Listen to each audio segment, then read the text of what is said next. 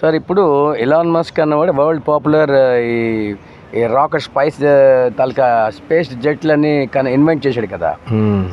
ఆయన చూస్తే వేరే కంట్రీలో ఎక్కడో జన్మించాడు, కానీ ఆయన వైట్గా ఉంటాడు, అమెరికన్ లాగా. ఆయన ఇప్పుడు ఎందుకు అంత పాపులర్ అయ్యాడు? ఆస్తులు కూడా చాలా పెరిగాయి అంటారు. మరి ఏంటి ఆయన హిస్టరీ? అంటే మీకు ఏమైనా డీటెయిల్ ఉంటే చెప్పండి. ఎలాన్ మస్క్ అనేటటువంటి వ్యక్తి జూన్ 28, 1971 సంవత్సరంలో సౌత్ ఆఫ్రికాలో పుట్టాడు. సౌత్ ఆఫ్రికన్స్ నలుపే ఉండరు, తెలుపు కూడా ఉంటారు. రెండోది, ఈయనకి 3 దేశాల పౌరసత్వం ఉంది. ఎవడైనా మనం ఇప్పుడు ఉన్నాం అనుకో, ఇండియన్ పౌరసత్వమే ఉంటుంది. అక్కడ ఆయనకి సౌత్ ఆఫ్రికా పౌరసత్వము, సిటిజన్షిప్, కెనడా, అమెరికా కూడా ఉంది. అంటే జనరల్గా కెనడాలో కొంతకాలం ఉంటే అమెరికా వీసా ఈజీగా వచ్చేస్తుంది. వాళ్ళకి కెనడా సిటిజన్షిప్ ఉంటే ఆటోమేటిక్గా అమెరికన్ ఉంటే కెనడా వచ్చేస్తుంది. అలా ఇంటర్లింక్ ఉంది వాళ్ళకి కెనడా నుంచి అమెరికాకి. అందుకని ఆయన ఆ 2 కంట్రీస్ ప్లస్ ఈ సౌత్ ఆఫ్రికాలో పుట్టాడు కాబట్టి 3 కంట్రీస్లో వచ్చేసింది. మనం కలిసినప్పుడు మన ఆనంద్ మార్గ్ ఆశ్రమం ఉందా, ఫుడ్ ఫ్యాట్స్ ఫెర్టిలైజర్స్ గోయంకా గారిని చూసాం కదా. మన అంబానీ, ముఖేష్ అంబానీ వాళ్ళ కజిన్, మన ఆశ్రమానికి బ్యాక్ బోన్ అతను ఇప్పుడు రవీంద్ర మగడ్డలంతా కలిశారు ఆశ్రమంలో. రేపు ఎల్లుండి ప్రోగ్రామ్కి వెళ్తున్నారు మీరు 16ని. మరి ఈ గోయంకా గారు కూడా సౌత్ ఆఫ్రికా గానాలో ఫుడ్ ఫ్యాట్స్ ఫెర్టిలైజర్స్ లిమిటెడ్ అని స్టార్ట్ చేశాడు. సౌత్ ఆఫ్రికాలో పెట్టడం ఈజీ. నాకు తెలిసిన ఇప్పుడు బాలకుమార్ అని చెప్పేసి మన బేగంపేటలో ఉంది. ఆయన సౌత్ ఆఫ్రికాలో, దుబాయ్లో ఇలాంటి కంట్రీస్లో ఈ యొక్క మన పెట్రోల్ని తీసేటటువంటి పెట్టారు బిజినెస్. 100 కోట్లకి వెళ్ళిపోయింది. సో ఇక్కడ ఇండియాలాగా ఉండదు అనమాట. అక్కడ ఫారిన్ కంట్రీస్లో ఏదైనా వ్యాపారం స్టార్ట్ చేస్తే మనకి క్లిక్ అయితే అంతే. ఇప్పుడు అసలు ఫస్ట్ ఇతను ఏం చేశాడంటే ఎలాన్ మస్క్, ఇప్పుడు ఆయన ఆస్తి కనుక నువ్వు చూస్తే 30,810 కోట్లు ఈ 2024లో సెన్సస్ తీస్తే ఆయన ఆస్తి. అంటే ఒక 650 సంవత్సరాలు ఇంకా పైకి వాళ్ళ ఎన్నో తరాలు తినొచ్చు అనమాట. కాబట్టి మనం ఏంటంటే ఈ యొక్క ఎలాన్ మస్క్ ప్రయాణం కనుక మనం చూస్తే ఆయనకి ఈజీగా ఒక రోజులో వచ్చింది కాదనమాట. ఆయన ఫస్ట్ ఎలక్ట్రికల్ కంపెనీ టెస్లా కంపెనీతో 12% షేర్ వాటాతో దిగాడు.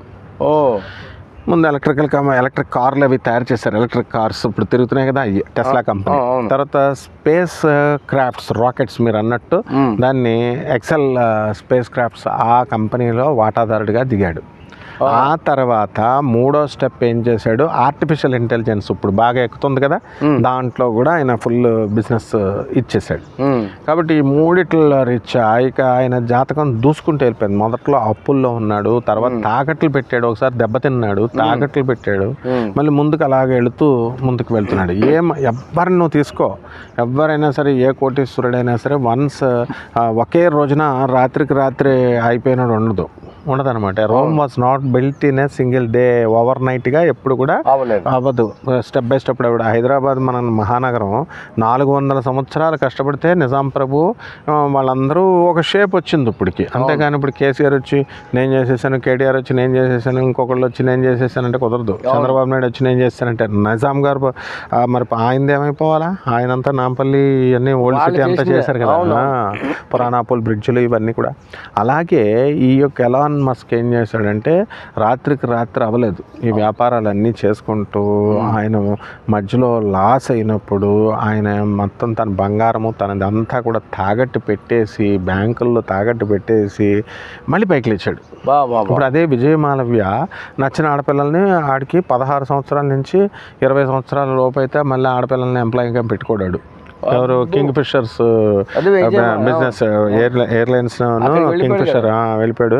ఇక్కడ లక్షల కోట్లు బ్యాంకులు దొబ్బేశాడు, వెళ్ళిపోయి లండన్లో కూర్చున్నాడు. వీళ్ళంతా అంతే అనమాట, బ్యాంక్ క్రప్ట్స్ అంటారు వీళ్ళని. అంటే బ్యాంకు దొంగలు వీళ్ళని ఇండియన్ గవర్నమెంట్ గట్టిగా పట్టుకోవాలి, చేంజ్ చేయదు. అదే పేదవాడిని చిన్నవాడిని పట్టుకుని వాడు కట్టకపోతే మాత్రం బ్యాంక్ రికవరీ టీం ఉంటుంది. నేషనలైజ్డ్ బ్యాంక్స్ ఏదైనా వీళ్ళు మనశ్శాంతి ఉండేవారు, టీం వెళ్తారు, అడుగుతారు. ఇంకా ప్రైవేట్ బ్యాంకులు అయితే ఇంక మీరు అసలు చూసుకోవాల్సిన అవసరం లేదు. అటువంటి ఇలాంటి నీచమైనటువంటి వృత్తి అవసరం లేకుండా, నీచమైన పరిస్థితులు అవసరం లేకుండా ఎలాన్ మస్క్ తన సొంత ప్రతిభతో ఒక సూర్యుడిలాగా ఎదిగిపోయాడు.